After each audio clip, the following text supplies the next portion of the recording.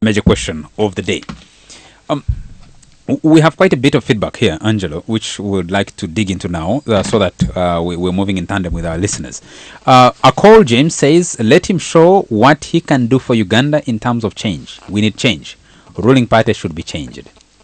Let me just make a comment on that with regard to what the politicians are doing. In terms of the broad challenge, Charles, in the next 5 to 10 years, this parliament is in a very unique position. This parliament has been distinguished largely because of its comments on and participation, activism actually, on the oil sector. Because I know that I disagreed with their moratorium on this deal, and for various reasons, my analysis, as you recall, was that these MPs, having come off an election which was expensive, money was going to be important to them, and if that money were provided, their credibility could be punctured. And that's what exactly has happened with this car issue. But that said, did you say that the figure from your sources is 193 million? 193. Yeah, 193. That's what I had from some civil servants. But, you know, for those who are listening, overall, what you should pay attention to is that two important processes will bear very heavily on Uganda's political institutions, particularly parliament. One is the succession within NRM, the replacement of its old leaders. A lot of the insurrection within the party that has created all the chaos we have seen, which the president has responded to with meeting MPs, you know, since November, every other 2 weeks. That insurrection is really about a succession to him and to those who have led that party since its inception. So the transition within NRM, which has an important bearing on the political transition in Uganda in general, that will bear very, very heavily on that parliament, where the majority MPs are ruling party MPs. The second thing that is going to bear heavily on that institution is the transition to oil. Regardless of what you think about it, this industry is going to change the face of the economy, and with it, the nature of government that we can expect. So those two processes are running in tandem. I've been doing some research on this, and I think that if you unpack it, the way that the balance of power is behaving right now, I cannot say for sure that the executive appears to be winning, but I cannot say that win is coming at an easy cost. I think that, for instance, those in the opposition who say that Yoweri Museveni is a dictator of sorts, or a closet dictator for that matter, will be surprised that in the 60s, for countries that have discovered oil, the nature of governments were not men who would roll up their sleeves and attempt to go on a charm offensive.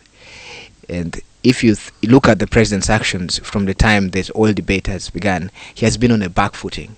He has attempted to charm MPs, he has held conferences with them, he has brought government experts with them, he has put a deal on hold, and even in the final analysis, he has had to go behind them and have the deal signed, but still, even then, come and explain himself. This is not a position of power and confidence, and certainly not the kind of position that he occupied before.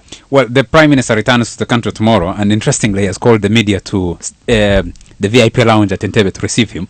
When you talk about succession and the discussion and the leaks we are beginning to get from West Africa is what his consultations were on. But we'll come to that on another occasion.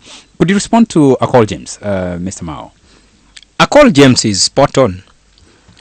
We have been fighting for change for a very long time, some of us.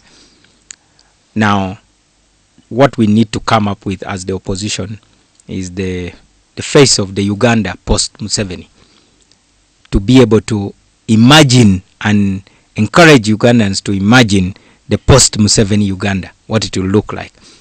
Because we cannot just say, get rid of this regime and stop there. We must say, remove corrupt leaders. This is our team of people we believe are clean. We want to have better service delivery. This is our blueprint for it. And so far, I don't think we have been articulating that as effectively as we should. Do you have that articulation within your own backyard? We do. We have very good ideas. But the space to articulate it is also limited. You know, you can't have an effective debate where the state apparatus is punctuating the debate with tear gas and bullets. But that didn't mean your candidate in Ginger Municipality East would have gotten 16 votes? He didn't get 16 votes. How many did he get? Charles, Where did that number come from? you're a talk show host, not a propagandist. Colin Senkawiro says it has just tried. It has tried its best, though we are still not sure of any success goals. I think this is referring to Parliament. What would you say to Collins, Mr. Mao? I gave my marks. We must continue to hold Parliament to very high standards. I think your question was pertinent. Is there room for objective debate in Parliament? I think the leader of opposition should demand a round table to discuss these issues. Conflict between the executive and Parliament is destructive.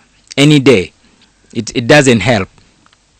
I thought that is the way they Things should function. the functional separation of powers operates. I think engagement, constructive criticism. I'm talking about, conflict, as in, them being disjoint sets. I don't think Parliament and the executive are disjoint sets. Even in the process of legislation, it is initiated by the executive largely, debated by Parliament.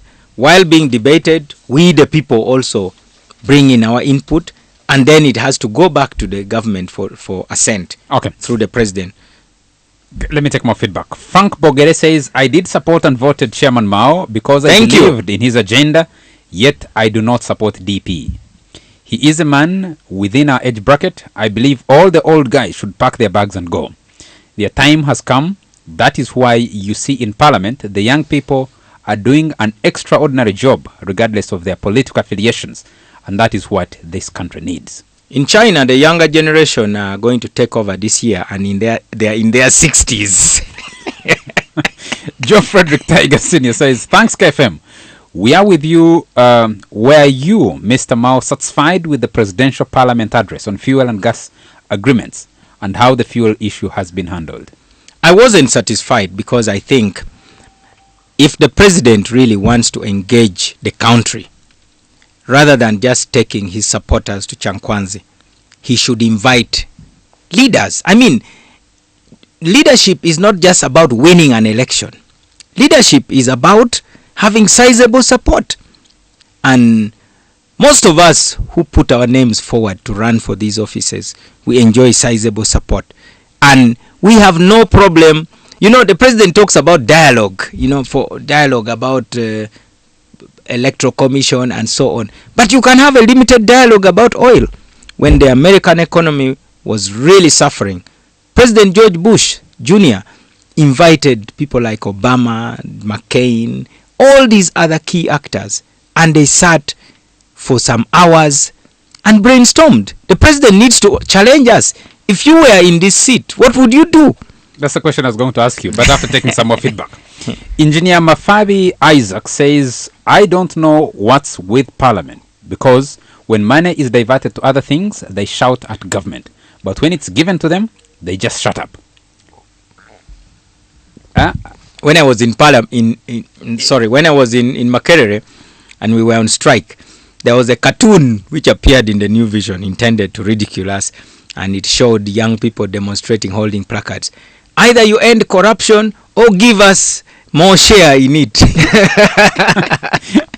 Oxayam Joel says, I think they are working, but I have not seen yet their finished product. In starting to build and you don't finish, and you don't finish is a waste. Says starting to build and not finishing is a waste.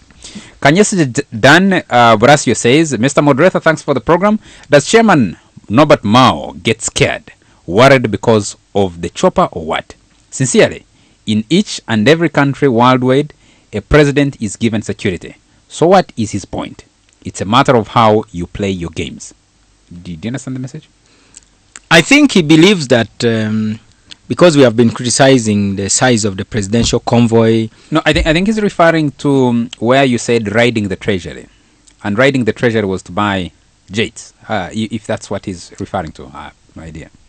Yeah. You see, the president can buy jets, but he must follow the law. You know, President Museveni says he fought to restore the rule of law. And that's why elections are being cancelled because of bribery, which is against the law. It has become the easiest way to go for a rerun. So I'm not scared. I'm only concerned that a man who lifted up the Bible and swore to uphold the Constitution and the rule of law is undermining the rule of law. That's my only problem. Nabulere Julius McAllister says DP nominations here in Makerere for guild president have been a total disorganization. What is your say on that issue? You know, DP is a subset of Uganda. The same chaotic environment in which we live can also be epitomized in the Democratic Party. But that's what you are saying is news to me. I know the chairman of UYD Makerere. I'll find out really what happened. But thanks for that opinion. I assume it is your considered opinion. 933 KFM Hot Seat. We take a quick commercial break. When we return, we'll be taking more feedback from our listeners. It's live. It's hot.